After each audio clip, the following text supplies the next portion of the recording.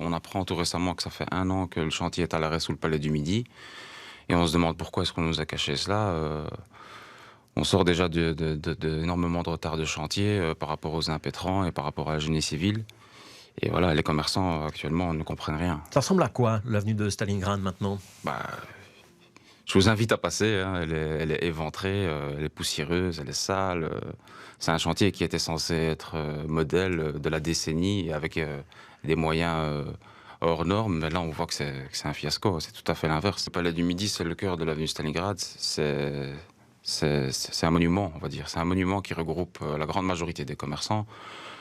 Si on commence, comme ils disent, voilà, à démonter ou alors démolir par le toit, et ça, c'est tout simplement parce qu'ils doivent vraiment démolir de l'intérieur vu que les façades sont classées et donc faire sortir tous les commerçants, mais les mettre où, à quel prix, combien de temps ça va durer. Je pense que si c'est la solution la moins coûteuse, c'est pour ça que la ville et la région sont plus... La décision n'est pas encore prise, mais on sent que c'est cette décision-là qui, visiblement, tient la corde. On le sent et on l'attend avec impatience, elle doit tomber dans les semaines qui suivent. C'est de la poussière en plus, c'est des camions en plus qui vont devoir sortir tout ce gravat et avec la démolition de ce palais, ça va faire qu'empirer les choses pour nous. Vous souhaiteriez qu'on ne le démolisse pas, ce palais? Bah écoutez, au jour d'aujourd'hui, tous les commerçants, je vais vous dire la vérité, en ont marre parce que voilà, c'est un chantier qu'on nous avait promis 3 années de génie civil. Et là, voilà, en juillet 2023, on était censé terminer la partie génie civil pour Stalingrad et commencer le réaménagement.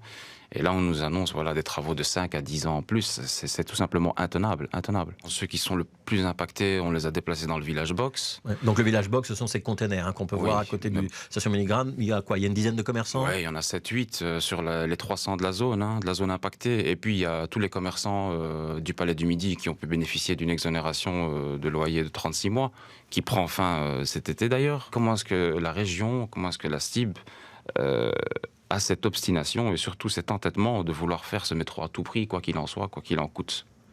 On ne comprend pas. Ici, on a un problème, on a un gros souci du côté du Palais du Midi. On en aura énormément plusieurs du côté de Gare du Nord, Place Ouais. Litz, Vous êtes Riga. sûr de ça?